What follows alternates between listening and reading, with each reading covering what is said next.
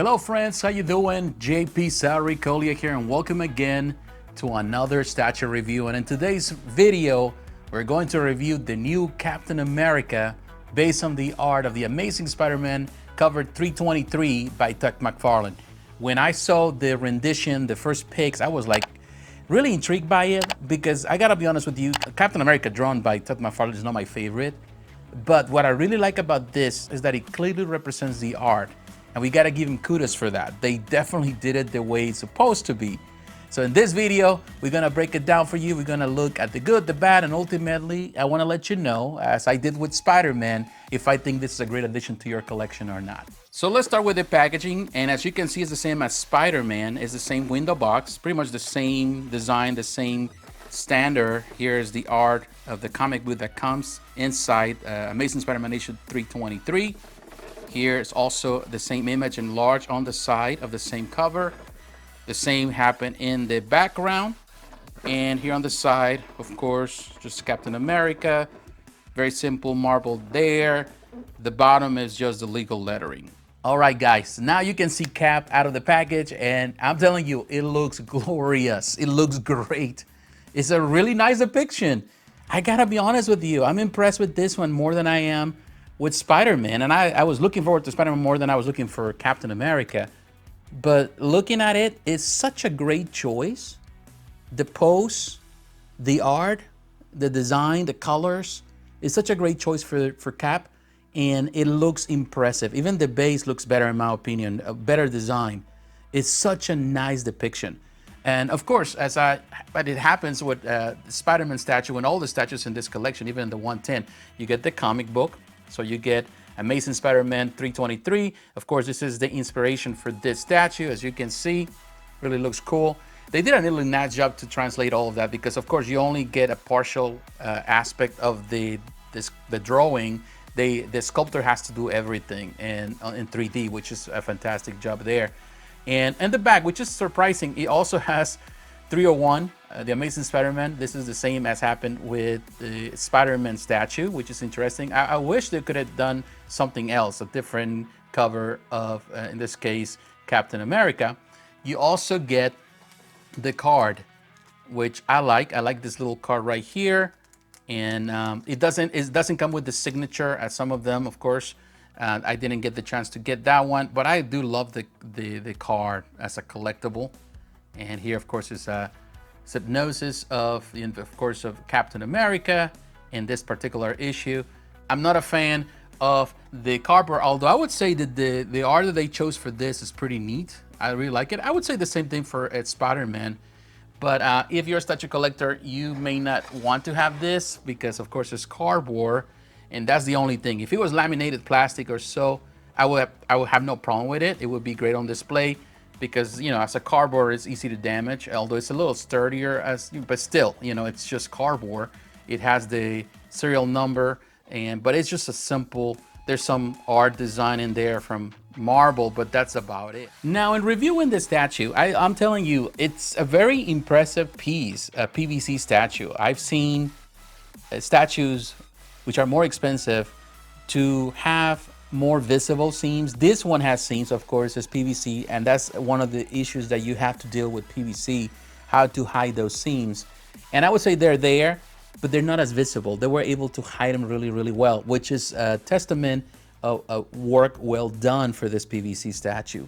The colors in this, there's a little bit of like that cell shading, you call it. I wouldn't call it cell shading, it's more of a strokes or ink to give the impression of the comic book. That is kind of cool. Maybe not so much on the shield. I'm not necessarily a fan of the way they did the little lines in the shield. Could have done something totally different. It could have even left it clean. It would have been good because that shield is pretty good. They did a really nice job with the shield. But the colors, the blue is light, it's a lighter blue, all of that. It's really impressive. It's very clean. And the pose is excellent. I think of course, is based on the cover, first and foremost. But the choice of doing that with the base is very light. But I love how they put the title Captain America in the front. It looks really neat. Actually, I like it a little better than how they did it with Spider-Man. But it's really cool. There's some nice paint in the base, you know, it's a little bit of shading here. metallic look, an overspray, whatever is left of a tank. And that's what they're using for inspiration. So this is probably the statue that's gonna look best without the backdrop. You can still use the backdrop if you like. Also, another thing that I can point out, perhaps you will see a little bit of oozing as soon as you get it out of the package. That's something that is very common with a lot of PVC statues, something that you will see in the future also. And there's something about the PVC curing itself, and all the little liquids, the stuff that is coming out of it. It's not a big deal. Some people might freak out with that. It's not that your piece is going bad, it's just the way it is with PVC. But out of the box, it looks really neat. Again, the seams, particularly in the legs, are well hidden. It looks really neat the way they did it.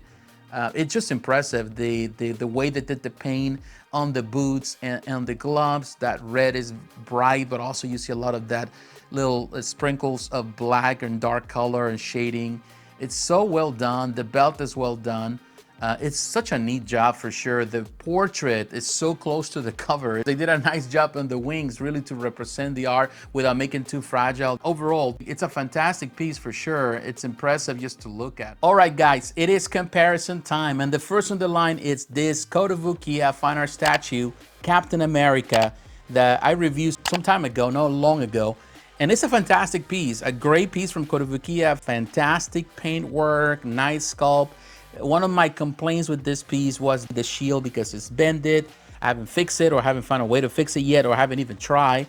And I didn't like the contortion that they did, the whole thing that they did in order to sustain that shield in the air. I like the concept, but not the execution in the end. This new cap is more in line with what Bowen was doing and some of the older Kotobukiya pieces. As I mentioned many times before, those differences are made in the factory, and it's more about the size and of the package and how they want to reduce some of the costs. So they may always reduce a tidbit just in order to fit everything within the boxes that they need to sell the product, how they're gonna ship it. So the shipping has a lot to do with scales here. Next on the line in this comparison, we have this Hot Toys Captain America from Endgame. Haven't reviewed this figure. Actually, I filmed the review of this a long time ago and I never finished it. So my apologies, I never got the chance to do it for some reason, and it's still lingering. I have the video somewhere. One of these days I'll upload the video. But in any case, here you can see the scale, the standard Hot Toys 12-inch. And yeah, this Captain America is now 1/6. It is like, I would say 1/7 or even smaller than that. Could be a 1/8. Not even saying that the Hot Toys are actual 1/6 scales, because they're more 12-inch scales. So they always kind of work things around to be within the same size, because ultimately also they limit the size of their boxes. But yeah, this is for reference. All right, and now he's right next to the Amazing Spider-Man. This is the other piece in this wave one, if you call it that, from McFarlane Toys of statues on the 1/6 scale. And I say that, of course, with trepidation, because as I mentioned, this is not a 1/6, a true 1/6, not even close. If you're trying to get this to pair with Kotobukiya pieces, you may have a hard time. Spider-Man may fit better because the way he is crouching, because he's in mid-air, you can work with it. With Cap, it's gonna be a bit more different because definitely he's a short fella when you saw in comparison to other statues. But you can always make it work. It's all about the angles and all of that. And maybe you are not concerned about that. You don't want to just display this. I would say fit will fit better with Bowen designs. But one thing is true, a lot of Bowen collectors are older collectors that prefer a lot of the art that was more on the Bronze Age and before it. They're not necessarily as big fans of the 90s era, or even McFarlane and the way he designed certain characters. I think the whole overall design of Cap is great. The paint job is great. The way they hide all the seams in this piece is great. The shield looks nice. Maybe some people may not be fans of this case, the shading, the strokes of ink. I'm okay with that, because at the end of the day, this is representing a comic. The base is fine. I wish it had a little bit more weight to it.